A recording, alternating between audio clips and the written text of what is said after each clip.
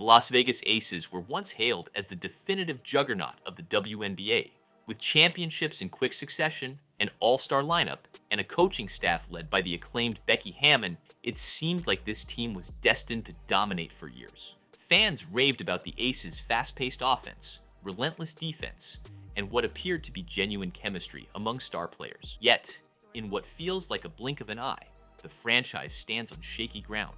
Key players have bolted, controversies are brewing behind the scenes, and public perception has shifted from admiration to skepticism. The tipping point: Kelsey Plum's seemingly innocuous remark about being treated better in Los Angeles than she ever felt in Las Vegas. That single quote lit a fuse that exposed deeper concerns, from locker room tension to league investigations over potential rule breaking. In this video, we'll explore how the Aces went from being the league's crown jewel to a franchise mired in turmoil. We'll dissect Kelsey Plum's bombshell departure, the unexpected exodus of other core players, the rumors of internal rifts, and how a sudden rise by other teams, especially the Indiana Fever, has completely reshuffled the league's power dynamics. Keep watching to find out what really brought the Aces to their knees, and whether there's any hope left for a comeback. The story of the Aces' fall begins with Kelsey Plum, a guard whose on-court brilliance and fiery competitiveness made her one of the league's most compelling stars. She'd become synonymous with Las Vegas' success, playing a pivotal role in back-to-back champion. Then came the shocker. Plum announced she was taking her talents to the Los Angeles Sparks. During her introductory press conference, she remarked that the Sparks had already treated her better than she'd ever experienced elsewhere in the WNBA.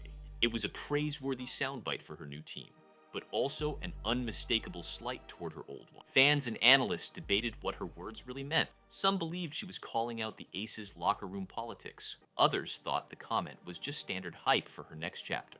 But that one statement led to an avalanche of speculation. Was the Aces' superstar culture not as harmonious as it seemed? Did Becky Hammon's coaching style clash with Plum's vision of personal growth? Or was Plum overshadowed by A'ja Wilson's increasingly central role in the franchise? Within days, social media buzzed with theories, with plenty of fans insisting Plum was simply searching for a bigger leadership role. Regardless of her motivations, the seeds of doubt had been planted, but nobody anticipated how quickly other players would follow Plum out the door, putting the Aces under a microscope they couldn't escape. Soon after Plum's exit, the Aces faced an unprecedented roster shakeup. Losing a single marquee player is disappointing. Losing a cluster of dependable contributors is catastrophic. Kate Martin, an underrated role player who brought hustle and heart, Martin was left unprotected in the expansion draft. The Golden State Valkyries seized the chance to sign her, reinforcing suspicions that the Aces weren't guarding their assets properly. Sydney Colson, known for her charismatic presence and close ties to A'ja Wilson, Colson stunned fans by joining the Indiana Fever, a team that had languished near the bottom for years. Tiffany Hayes, the reigning 6th player of the year, left for the Valkyries, dealing another blow to Vegas' bench depth. Many wondered why a proven contender couldn't keep a key contributor. Alicia Clark opted to return to Seattle, citing familiarity and comfort with her former team, rather than staying in Las Vegas to pursue more championship rings. What caused so many solid contributors to leave so suddenly? Speculation ranged from purely financial issues, like the Aces allegedly lowballing returning players, to deeper cultural problems that might have made the environment unappealing. It wasn't just about losing star power. The team also lost valuable depth and camaraderie, all at once. With frustration mounting among fans, attention soon turned to the internal dynamics that might have pushed these players away from a championship locker room. At the center of the Aces' success stood two towering figures: head coach Becky Hammon and MVP A'ja Wilson. When the team was winning championships, this partnership looked unbreakable.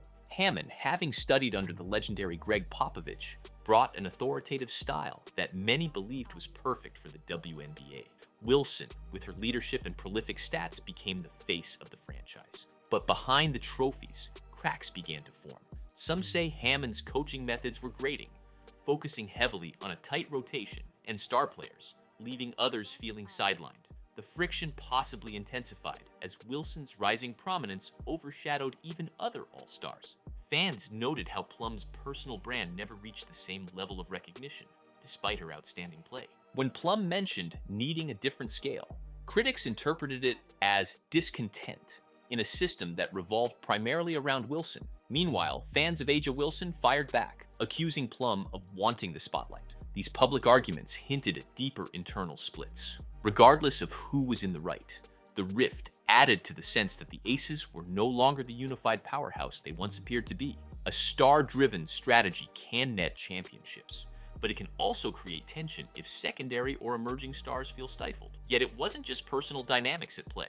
Rumors of hidden financial perks, potential rule bending, and league investigations soon overshadowed even the biggest personality clashes in Vegas. One of the most explosive developments came when the WNBA announced it was investigating the Aces for alleged under-the-table payments. If the accusations were true, the organization might have been sweetening contracts in ways that circumvented official salary cap rules. The league's response was swift and severe. The Aces were fined a staggering $500,000 and stripped of a future first-round draft pick, a penalty that Harsh suggested the allegations had merit. For a franchise priding itself on a gold standard reputation, the news was deeply embarrassing, and it couldn't have come at a worse time.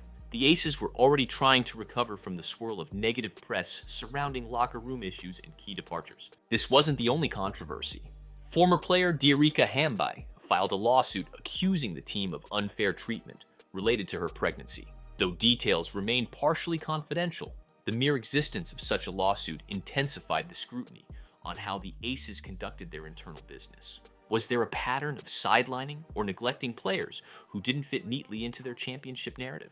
With every new story, it became harder for fans to ignore the red flags. Even loyal Aces supporters who once shrugged off rumors of toxic culture had to acknowledge that something was very wrong in Las Vegas. As more evidence of organizational issues surfaced, the front office itself took a hit. Right when the team needed strong leadership the most, the departure of general manager Natalie Williams was yet another twist in this unfolding drama.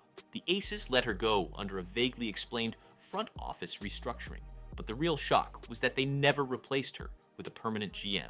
For months, the position sat vacant, prompting rumors that Becky Hammon might be vying to assume both coaching and general managerial duties. On one hand, a coach with Hammon's background could envision a consolidated system akin to Greg Popovich's model in San Antonio. On the other hand, handing that level of power to a single individual, especially amid ongoing controversies, seemed risky. Some media commentators wondered if it could lead to a dangerous echo chamber where checks and balances were minimal. Players reportedly felt uneasy, unsure who was making final decisions about acquisitions, contracts, and broader team strategy. In a time of crisis, a transparent and functional leadership structure is critical, but the Aces seem to be running on autopilot. Fans worried that without a GM, the team might struggle to make the quick, strategic moves necessary to rebuild the depleted roster. While the Aces stumbled to find solutions, another franchise was quietly assembling a roster that could soon dethrone any half-recovered Vegas team. While the Aces were mired in drama, the Indiana Fever were orchestrating one of the most impressive rebuilds in recent WNBA history. A team once mocked for its struggles suddenly became a magnet for top-tier talent. Anchoring this turnaround were game-changers like Caitlin Clark, a once-in-a-generation scorer whose college exploits skyrocketed her into the professional spotlight. The Fever also retained the services of Kelsey Mitchell, who'd endured the team's darkest years and surrounded her with veterans like Natasha Howard and WNBA Bonner. By the time they added an infusion of new signings, Indiana looked remarkably transformed, both in culture and competitiveness. It's not that the Fever swooped in and stole every last resource from Vegas. Rather, they built an environment where players felt seen, valued, and part of an exciting new project. In a sharp contrast to the swirling rumors around the Aces, the Fever exuded positivity and promise. That shift in image alone can sway free agents. If you're a solid role player or a rising star, do you join a franchise consumed by scandal or one offering a fresh start and clear direction? As Indiana emerged as a legitimate threat, the Aces were forced to face not only internal turmoil, but an evolving league landscape that suddenly made their championship window far less secure. The WNBA community isn't just limited to players and coaches. Analysts, podcasters, and bloggers play a huge role in shaping public perception. And over the past few months, their collective spotlight turned sharply onto the Aces. Suddenly, talk shows that once celebrated Becky Hammon's approach we're unpacking her suspension for violating the league's respect in the workplace policy. Social media debates erupted, pitting fans who defended the Aces as victims of harsh penalties against those who saw them as manipulative rule breakers. Meanwhile, local media in Vegas, previously all in on the Aces' success, questioned whether the city's budding sports market could remain enthusiastic in the face of scandal. A'ja Wilson, typically lauded for her leadership and candor, found herself in the crosshairs of critics who believed she hadn't done enough to address these growing controversies. A true franchise cornerstone should take a stand, acknowledging issues and calling for change. Others pointed out that star players aren't GMs or lawyers, so how much can Wilson really do beyond playing her heart out on the court? The result was a swirl of conflicting narratives, each painting a portion of the puzzle. Whether justified or not, the negative headlines began to overshadow the championships the Aces had worked so hard to earn. With so many factors pulling the organization in different directions, the final question became unavoidable. Can the Aces salvage their legacy, or is this the permanent end of their once glorious reign? Despite the exodus, the scandals, and the financial penalties, the Aces aren't starting from scratch. As long as A'ja Wilson remains an MVP-level force, the franchise possesses at least a cornerstone talent. The question is whether that alone can patch up everything that's gone wrong. For Becky Hammon, assuming a potential dual role as coach and general manager could either be the solution or the final nail in the coffin. If she can unify a roster of fresh recruits, re-establish trust in the locker room, and clear the team's name in the eyes of the public, there's a path forward. But if rumors of a domineering leadership style persist, and if the Aces continue to falter under league scrutiny, the dynasty might truly end. Meanwhile, the rest of the WNBA is evolving rapidly. Teams like the Indiana Fever and even expansion squads like the Golden State Valkyries are changing the league's power structure. Free agents now have more tempting offers, complete with better cultural fits and stable leadership that the Aces seem to lack. For Las Vegas to recapture its glory, it needs to offer a superior alternative, both financially and emotionally, to a wave of players weary of chaos. No matter the outcome, the rise and fall of the Aces serves as a cautionary tale. Success built on fragile foundations can collapse in an instant. The only question left is whether the leadership in Vegas can rally and rebuild, or if this marked the short, tumultuous lifespan of an empire that crumbled under its own weight. The Las Vegas Aces' rapid decline is as shocking as it is instructive. It reveals how even the brightest dynasties can succumb to internal rifts, leadership uncertainties, financial scandals, and shifting league landscapes. A team that once seemed invincible is suddenly fighting for its reputation, with an ever-growing list of players and fans demanding accountability. In the meantime, teams like the Indiana Fever have seized the moment, showing how quickly fortunes can change with the right leadership, smart acquisitions, and a positive culture. The WNBA is evolving at breakneck speed, and the fate of the Aces hangs in the balance. Will they manage to straighten out their front office, mend relationships, and rebuild trust with both players and fans? Or will their dynasty remain a cautionary footnote in league history? We'd love to hear your take. Do you think the Aces can rebound? Or are their days of dominance done for good? Share your thoughts in the comments below. And if you found this breakdown insightful, be sure to like, subscribe, and turn on notifications so you never miss the next chapter in this unfolding WNBA saga.